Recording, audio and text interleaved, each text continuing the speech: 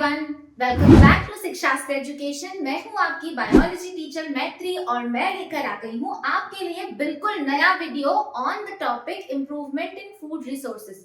ये हमारा बिल्कुल नया चैप्टर है, चैप्टर नंबर 12 आपके सिलेबस का।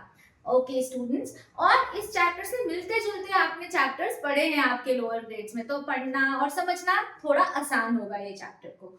ओके, इसके पहले कि हम ये वीडियो स्टार्ट करें, मैं एक्सपेक्ट करती हूँ कि आप सभी लोग अपने घर में बहुत बढ़िया होंगे और अच्छे से पढ़ाई कर रहे होंगे और मस्ती भी कर रहे होंगे। आई एम नॉट सेइंग कि आप सिर्फ पढ़ो, आपको अपनी हर चीज को इक्वल अटेंशन देना चाहिए। ओवरऑल 360 डेवलपमेंट का टाइम चल रहा है, तो please pay attention towards all the aspects, all the co-curricular work also which you are doing. Okay, with that note, let us start with today's video. और आज हम क्या पढ़ने वाले हैं? Improvement in food resources. और हमेशा की तरह चैप्टर शुरू करने से पहले let us start with the overview. हम क्या पढ़ेंगे इस चैप्टर में वो भी पता होना बहुत जरूरी है। तो सबसे पहले हम क्या पढ़ने वाले हैं? About the introduction. Okay, what is food and why are we learning this chapter. हम ये चैप्टर पढ़ क्यों रहे हैं, ठीक है। इसके बाद हम पढ़ेंगे कि क्रॉप यील्ड को इम्प्रूव करने के लिए हमारी तरफ से क्या स्टेप्स होने चाहिए जिसकी वजह से हम प्रोडक्टिविटी बढ़ा लें। तो वो हम थिंग्स को कवर करेंगे, तो उसकी वजह से obviously it will be working out good. Okay, so हम क्या करेंगे? इम्प्रूवमेंट इन क्रॉप यील्ड में पढ़ेंगे क्रॉप वेराइटी इम्प्रूवमेंट, फिर हम पढ़ेंगे crop production management and then we will learn about crop protection management. Right, ये तीनों ही चीजों पे अगर ध्यान दिया जाए तो प्रोडक्टिविटी ऑब्वियसली अच्छी हो जाती है। अब आपको पता ही होगा, आपने ग्रेड 6 में फूड चैप्टर पढ़ा हुआ है, वहां हमने पढ़ा है सोर्सेस ऑफ फूड। तो आपको भी पता है कि सिर्फ प्लांट्स ही फूड के सोर्सेस नहीं है, एनिमल्स भी होते हैं। और फूड के अलावा एनिमल्स की रियरिंग ब्रीडिंग हम हमारे फिजिकल लेबर वर्क के लिए भी करते हैं, और दूसरी चीजों में भी एनिमल्स को आजकल यूज किया जा रहा है।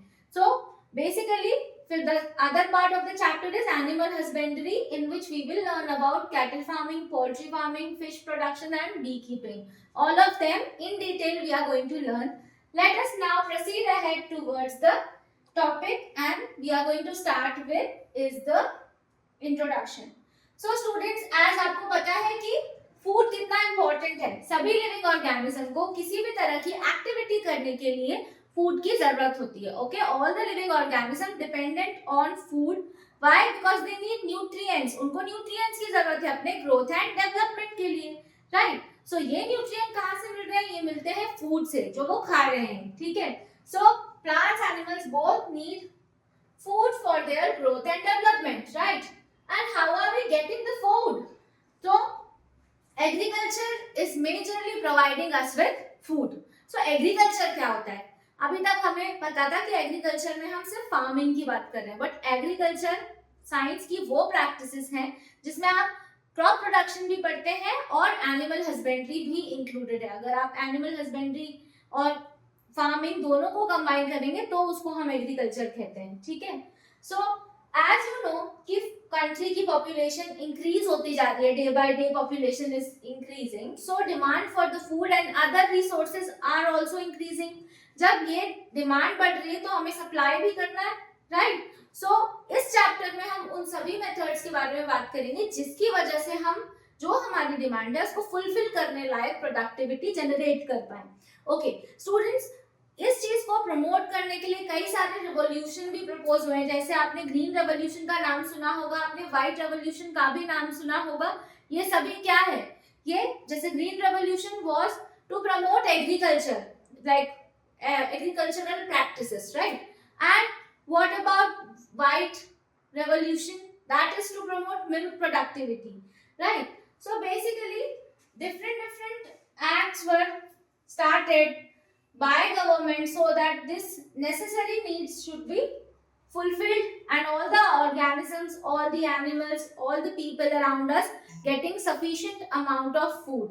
Okay, now let's start with the very first topic of this chapter about agriculture. As I told you that it is a science or the practice of farming which includes all the practices like selection of seed, cultivation, preparation of seed, preparation of soil, and then how the process of whole cultivation will go on.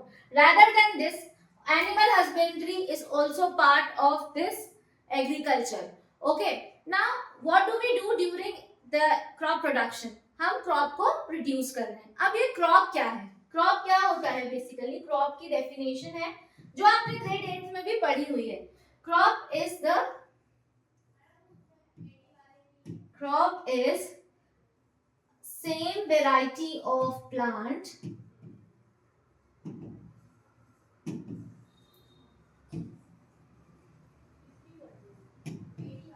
cultivated in a piece of land. Okay. तो जब एक ही तरह के crops यानी कि plants का हम cultivation कर रहे हैं in a given piece of land, you call it crop. Now different crops have different seasonal requirements. You cannot say that wheat can be cultivated with same climatic condition exactly like rice, है ना, या फिर lentils, right? So आपको पता है कि हर एक plant एक दूसरे से अलग होते हैं. हाँ, they are performing some common activities, but सबकी requirements अलग अलग हैं. ठीक है, सबके फोटो पीरियड्स अलग है. अब फोटो पीरियड्स क्या होता है? आपको पता है सभी प्लांट को सेम अमाउंट ऑफ सनलाइट की रिक्वायरमेंट नहीं होती है. कुछ प्लांट्स का सिर्फ 2 to 3 आवर्स रिक्वायरमेंट है, कुछ का है 6 to 7. उसके बेसिस पे आप short day, long day plants उनको क्लासिफाई करते हैं. ये एक नई बात है ना. सो सभी तरह के प्लांट्स जो होते हैं सबकी कुछ ना कुछ रिक्वायरमेंट्स होती हैं और उन रिक्वायरमेंट्स के अकॉर्डिंग हम उनका कल्टीवेशन करते हैं in the seasons in which they can flourish more. So depending on that आप उनको दो ग्रुप्स में डिवाइड करते हो. किस सीजन में हम कौन सी क्रॉप को कल्टीवेट कर पाते हैं उसके बेसिस पे हम क्रॉप्स को डिवाइड कर रहे हैं as we are dividing them as rabi crops and kharif crops. Students, इसके बारे में आपने ग्रेड 8 में भी पढ़ा हुआ है. रबी क्रॉप्स को हम विंटर क्रॉप्स भी कहते हैं. क्यों? क्योंकि they are cultivated during winter season, whereas kharif crops are the rainy crops because they are cultivated during rainy season. Crops जिनका cultivation हम खरीफ सीजन यानी कि रेनी सीजन में कर रहे हैं उनको वाटर की रिक्वायरमेंट बहुत ज्यादा होती है. इस समय मतलब खरीफ क्रॉप्स के लिए फील्ड्स में पूरा पानी भर दिया जाता है और उसी में कल्टीवेशन हुआ जाता है. अब एक और फैक्ट आपको पता है कि जब ये खरीफ क्रॉप्स का कल्टीवेशन हो रहा होता है तो फार्म में पूरा पानी भरा होता है, तो आप फिश फार्मिंग भी चल रही होती है वहां पे, यानी कि फिश की rearing and breeding. Not only the cultivation of kharif crops but also rearing breeding of fishes can be done during this kharif season, right? So yeah, as I told you, we have got different types of crops and they are providing us with different essential things, like cereals are providing you with carbohydrates, pulses are providing you with proteins, है ना? So they have certain different requirements. On the basis of that, you are classifying them as rabi crops and kharif crops, right? And the rabi crops are the crops that will be cultivated during winter season. You can see in the month of October and March. And whereas the kharif crops, as I told you, they are cultivated during the rainy season, that is during June to October. Students, here is a very important information to share. आपको पता है रबी crops और खरीफ crops के अलावा भी एक तरह की क्रॉप होती है जिसको हम कहते हैं ज़ेद क्रॉप्स. ओके, ये ज़ेद क्रॉप्स ड्यूरिंग समर सीजन में कल्टीवेट होते हैं. ये बहुत शॉर्ट लाइफ साइकिल के क्रॉप्स होते हैं और ये क्विक रिजल्ट्स देते हैं, जैसे कि वाटरमेलन, बिटर गॉर्ड, ये सब ज़ेद क्रॉप्स में आते हैं. ओके, सो एक नया इंफॉर्मेशन आपको मैं शेयर कर रही हूँ. आई होप आप नोट करके रखेंगे. अब हम आगे बढ़ते हैं और हम देखते हैं कि हम इतनी सारे क्रॉप्स तो हमें पता चल गए, बट हम ऐसी क्या एक्टिविटीज करेंगे जिससे इनकी प्रोडक्टिविटी बढ़ जाए. हमें प्रोडक्टिविटी क्यों बढ़ानी है? हमें प्रोडक्टिविटी बढ़ानी है क्योंकि पॉपुलेशन बढ़ रही है. अब ये प्रोडक्टिविटी कैसे बढ़ सकती है? प्रोडक्टिविटी कैन बी इंक्रीज्ड जब हम कल्टीवेशन एरिया एक्सपैंड कर लें, राइट? एक ऑप्शन ये है. और दूसरा ऑप्शन ये है कि अवेलेबल कल्टीवेशन एरिया में हम कुछ इम्प्रोवाइजेशन करें जिसकी वजह से प्रोडक्टिविटी बढ़ जाए. तो क्या लगता है आपको कि हमें कौन सा मेथड अडॉप्ट करना चाहिए? क्या हमें लैंड एक्सपैंड करना चाहिए या फिर जो लैंड अवेलेबल है उसी में इम्प्रोवाइजेशन हम करें तो हमारी डिमांड्स पूरी हो सकती हैं। सो स्टूडेंट्स, पहले ऑप्शन को हम इग्नोर कर सकते हैं क्योंकि अगर हम लैंड एरिया बढ़ाएंगे तो हमें उसके लिए फॉरेस्ट का डिस्ट्रक्शन करना है। लैंड एरिया कैसे बढ़ेगा? या तो आपको फॉरेस्ट डिस्ट्रक्ट करने हैं। People who are living already in particular area वो अपना घर तोड़ने तो नहीं देंगे, तो डिफॉरेस्टेशन होता है। तो उस चीज को अगर आप डिफॉरेस्टेशन की तरफ चलेंगे तो फिर तो डेजर्टिफिकेशन और बहुत सारे क्लाइमेटिक प्रॉब्लम्स जनरेट हो जाएंगे। इसलिए बेटर ऑप्शन क्या है कि जो अवेलेबल लैंड है, जो अवेलेबल रिसोर्सेज हैं, उसी को हम प्रॉपरली इम्प्रोवाइज कर लें और उसी के अंदर हम प्रोडक्टिविटी को बढ़ा लें। तो ये प्रोडक्टिविटी बढ़ाने के लिए हमारे पास 3 मेजर स्टेप्स हैं। सबसे पहला है क्रॉप वेराइटी इंप्रूवमेंट, इसके बाद है crop production improvement and then crop protection management. Okay, ये 3 चीजों पे अगर हम ध्यान दें तो हम प्रोडक्टिविटी आराम से बढ़ा सकते हैं। जैसे कि मैं बात करती हूँ पहला क्रॉप वेराइटी इंप्रूवमेंट, यानी कि आपको ऐसे सीड्स को ढूंढना है जो डिजीज फ्री हो, जिससे प्रोडक्टिविटी बढ़े। क्योंकि अगर हम डिजीज सीड्स का कल्टीवेशन करते हैं तो ऑब्वियसली क्या होगा, हमारी जो क्रॉप है वो हेल्दी नहीं होगी, राइट? तो हमें क्या करना है, हमें सीड सिलेक्शन पे ध्यान देना है। हमें कुछ हाइब्रिड्स प्रोड्यूस करने हैं जिनके बारे में अभी आपको बताऊंगी। हाइब्रिड्स यानी कि mixture of 2 breeds can be there. Then we can also go for genetical modification that I will be explaining in this video only. Okay, now crop production improvement, productivity कैसे बढ़ पाती है? अगर हम suitable cropping pattern यूज करें, अगर हम plants को nutritional needs को fulfill करें, अगर हम टाइम टू टाइम इरिगेशन का ध्यान रखें, इससे भी हमारी प्रोडक्टिविटी बढ़ जाती है। इसके अलावा crop protection is very important aspect. अगर आप सभी चीजों का ध्यान दे रहे हैं लेकिन आप प्रोटेक्शन पे ध्यान नहीं दे रहे तो आपको मेजर क्रॉप लॉस होगा। क्यों? क्योंकि अगर वीड ग्रो हो रही है आपकी फील्ड में along with the crop which you have cultivated, तो क्या होगा, वहां पे कंपटीशन बढ़ेगा न्यूट्रिशन के लिए, जगह के लिए, सनलाइट के लिए, तो सफिशिएंटली आपकी क्रॉप ग्रो ही नहीं होगी। इसके अलावा भी बहुत सारी ऐसी चीजें हैं जिससे आपको प्रोटेक्शन पे ध्यान देना बहुत जरूरी है।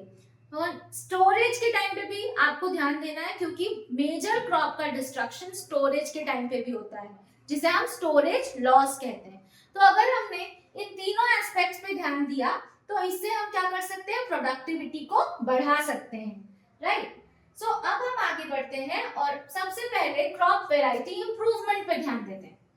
आपने देखा होगा आजकल कितनी वैरायटीज अवेलेबल है मार्केट में। ब्राउन राइस, तो आप स्टार्च फ्री राइस, अरे sugar free things, so many things are available in market, right? आप मार्केट जाइए, आपको वहां एक ही चीज की अलग अलग वैरायटीज मिलती हैं। क्यों? क्योंकि हमने ऐसे मेथड्स अडॉप्ट कर लिए हैं कि हमें ये वैरायटीज आज मार्केट में अवेलेबल हैं, वरना पहले थोड़ी ना ब्राउन राइस के बारे में सुना था, मैंने तो नहीं सुना था, ठीक है? So students, how these varieties got improved, कैसे हुआ इसका इम्प्रूवमेंट, कैसे हुआ वेराइटीज में? So it happened because we have adopted certain methods. Now हमने क्रॉप वेराइटी इंप्रूवमेंट क्यों किया? ताकि हम प्रोडक्टिविटी बढ़ा पाए, हमारे पास ऐसे प्लांट्स हो जो कि डिजीज फ्री हैं, है ना? मतलब कि हमारा फायदा हो जिस चीज में, है ना? सो कैसे किया? सबसे पहले हम HYV सीड्स के बारे में बात करते हैं। HYV सीड्स जो कि मार्केट में अवेलेबल हैं, इसका फुल फॉर्म है high yielding variety. Okay, so these seeds will be higher yielding, इनकी yielding बढ़ेगी, इनकी वजह से yielding बढ़ेगी, ये मार्केट में इजीली अवेलेबल है।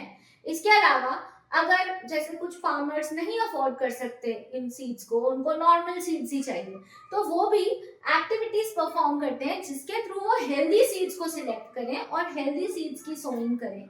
कैसे कर सकते हैं? आपको याद होगा अगर तो आपने ग्रेड 8 में ये एक्टिविटी पढ़ी है और आप चाहो तो ये एक्टिविटी अभी अपने घर पे कर सकते हो, बट ये मत कहना कि मैम ने बोला था, it should be with permission of your parents. Okay, तो क्या करना है आपको एक पूरा पैकेट ग्राम या फिर मूंग, कुछ भी आपकी चॉइस का जो आपको अपनी मदर से कुक करवाना हो, उसको पानी के कंटेनर में डाल दीजिए।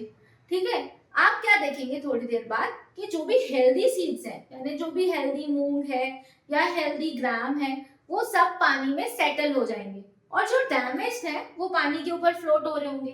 राइट, तो बहुत आसानी से आपने हेल्दी और डैमेज सीड्स को सेपरेट कर दिया। So farmers can either go for HYV seeds, and the farmers who are not affording the same, they can perform different activity with which they are going to separate. क्या करेंगे? Healthy और जो damaged seeds हैं उनको अलग कर लेंगे। जब damaged seeds अलग हो जाएंगे, हम cultivation किसका कर रहे हैं? Healthy seeds का ही कर रहे हैं, तो obviously फिर हमारी productivity में enhancement होगा ही। तो पहला हम ये point रख सकते हैं। दूसरा पॉइंट मैंने आपको बताया था hybridization. Hybridization is when you are crossing between two different plants. Okay, it can be two different varieties, it can be two different species, or it can be two different genus. Okay, so that process of producing the same is called hybridization. It's a crossing between two genetically dissimilar plants. Okay, अब मैंने आपको बताया दो अलग अलग variety, so the cross between two different varieties, लेकिन species इनकी same है, यानी कि rice crossed with rice only. Rice की क्रॉसिंग हमने राइस के साथ ही कराई है। Right, so it will be called inter variety species. ठीक है, इंटर वेराइटी हाइब्रिडाइजेशन, यानी कि आपने जैसे डॉग्स होते हैं, आपने देखा होगा डॉग्स में हम इम्प्रोवाइजेशन करते हैं, मिक्स्ड ब्रीड्स प्रोड्यूस कर रहे हैं। राइट, सो हाइब्रिडाइजेशन हम मेथड अडॉप्ट कर रहे हैं प्लांट्स के लिए भी। प्लांट्स के लिए भी हम इम्प्रूव्ड वैरायटी के लिए हाइब्रिडाइजेशन कर सकते हैं।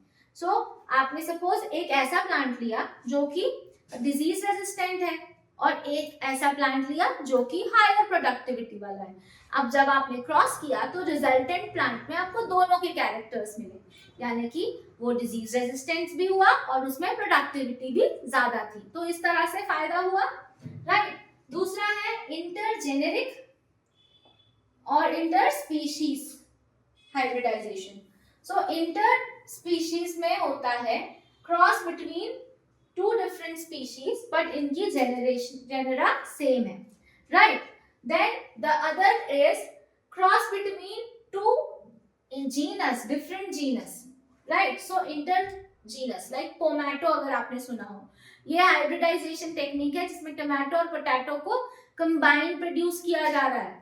Right, it's an amazing thing. Right, as the science is evolving, techniques are also evolving और आपके लिए ज्यादा से ज्यादा benefits generate हो रहे हैं।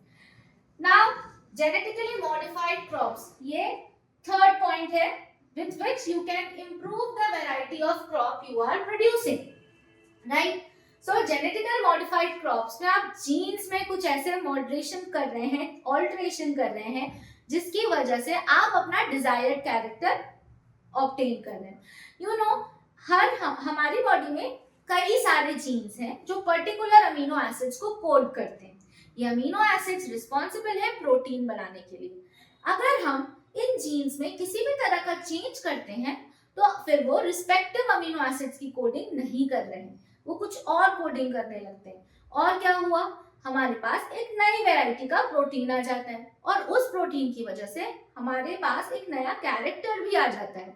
राइट, सो बेसिकली जब जेनेटिकल मॉडिफिकेशन करते हैं, जैसे कि अगर मैंने देखा कि A B C D ये मेरा सीक्वेंस है और ये किसी एक काम के लिए है, लेकिन मुझे ये इससे मेरा डिजायर्ड रिजल्ट नहीं मिल रहा, तो मैंने इसका ऑल्टरेशन कर दिया। आई हैव ऑल्टर्ड दिस और मैंने A B C D की बजाय मैंने A B D C कर दिया, या फिर मैंने इसमें एक और चीज इंट्रोड्यूस कर दी और अब मुझे मेरा डिजायर्ड कैरेक्टर मिल रहा है।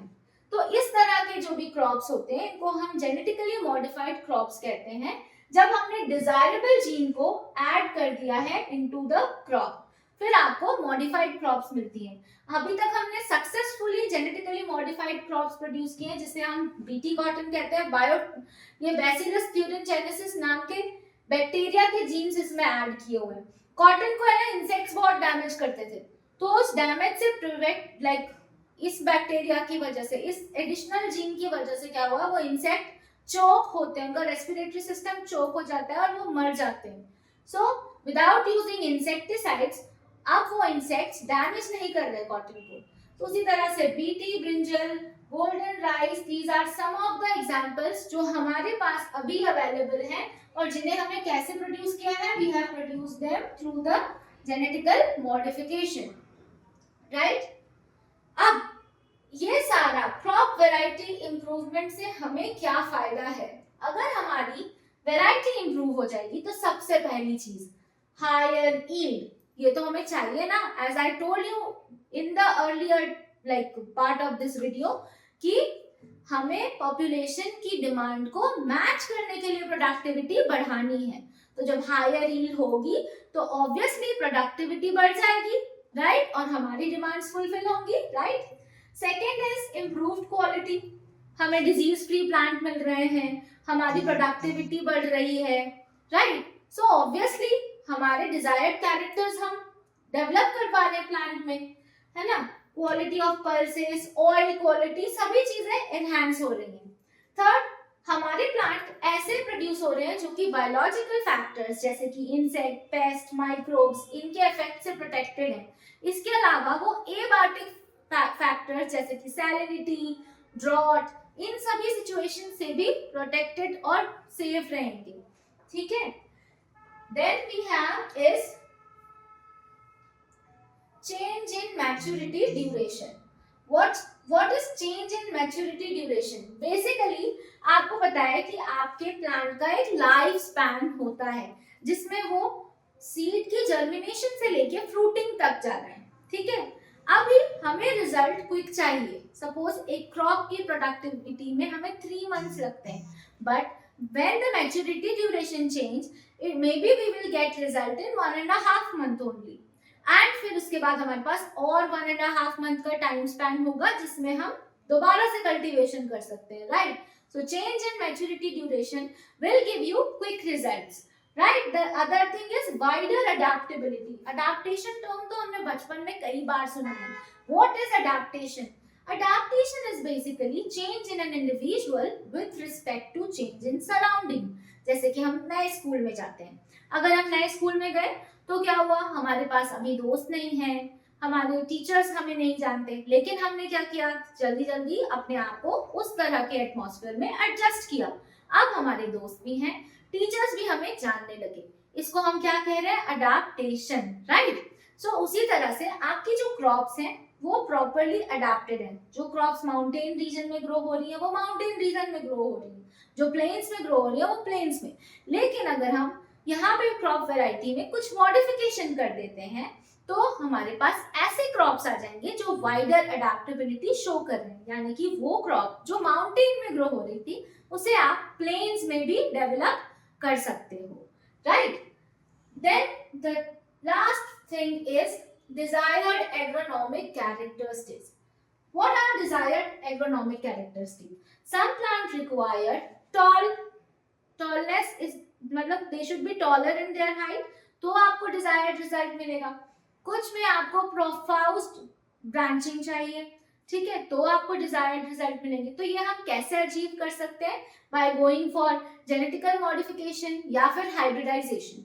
So this is how when you are going for crop variety improvement आप इन सभी चीजों को इंप्रूव कर पाते हैं, राइट. सो यहाँ पे ऑब्वियसली अगर ये चीजें कवर हो गई तो प्रोडक्टिविटी ऑब्वियसली बढ़ जाएगी.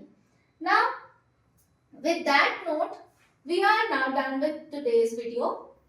इन टुडेज वीडियो हमने स्टार्ट किया है chapter improvement in food resources, जिसमें हमने पहला part types of crops cover कर लिए हैं और क्रॉप वैरायटी इंप्रूवमेंट कवर किया है. आई होप कि आपको ये सभी समझ आ गया हो, और इफ इन केस आपको समझ नहीं आया है तो प्लीज आप अपने डाउट्स कमेंट सेक्शन में जरूर बताइए ताकि हम उन डाउट्स को रिजॉल्व कर पाए.